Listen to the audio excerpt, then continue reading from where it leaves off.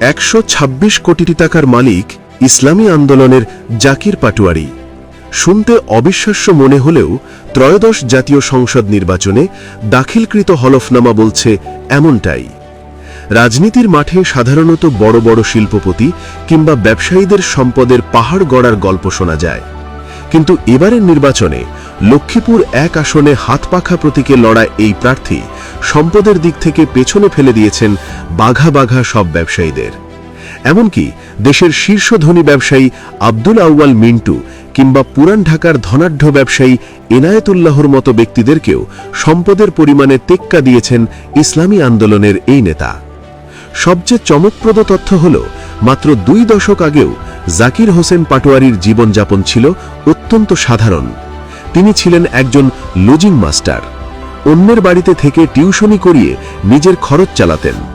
অথচ সেই লজিং মাস্টারের হাতেই এখন শোভা কাচ্ছে শত শত কোটি টাকার চাবি। মাত্র 20 বছরের ব্যবধানে যেন আলাদিনের চেরাগ হাতে পেয়েছেন তিনি। শূন্য থেকে শিখরে ওঠার এই গল্প যেমন বিস্ময়কর, তেমনি তার এই বিশাল সাম্রাজ্যের উৎস নিয়ে জনমনে দানা বেঁধেছে নানা প্রশ্ন।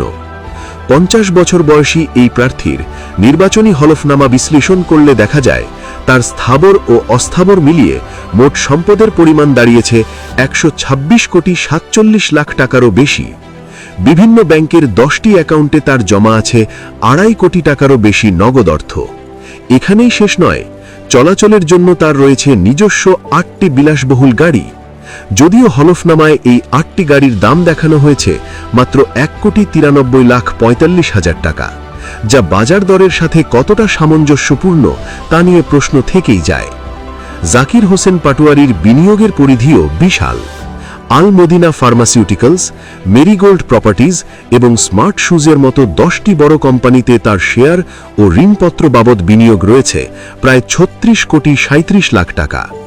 রাজধানীর অভিজাত এলাকা বনানীতে তার রয়েছে প্রায় 3000 বর্গফুটের একটি বাণিজ্যিক ফ্ল্যাট।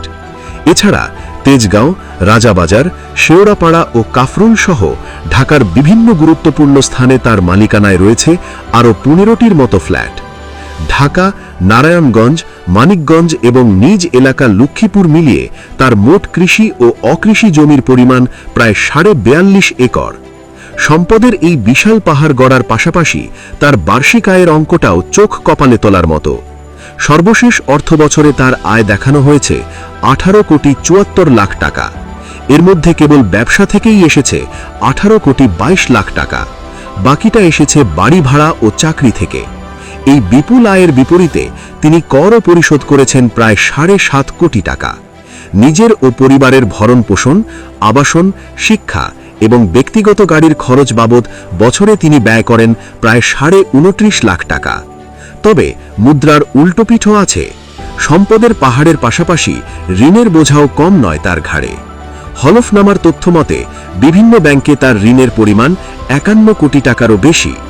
নির্বাচনী প্রচারণায় তিনি নিজেকে একজন ন্যায়পরায়ণ, মানবিক এবং সমৃদ্ধ বাংলাদেশ গড়ার কারিগর হিসেবে তুলে ধরছেন।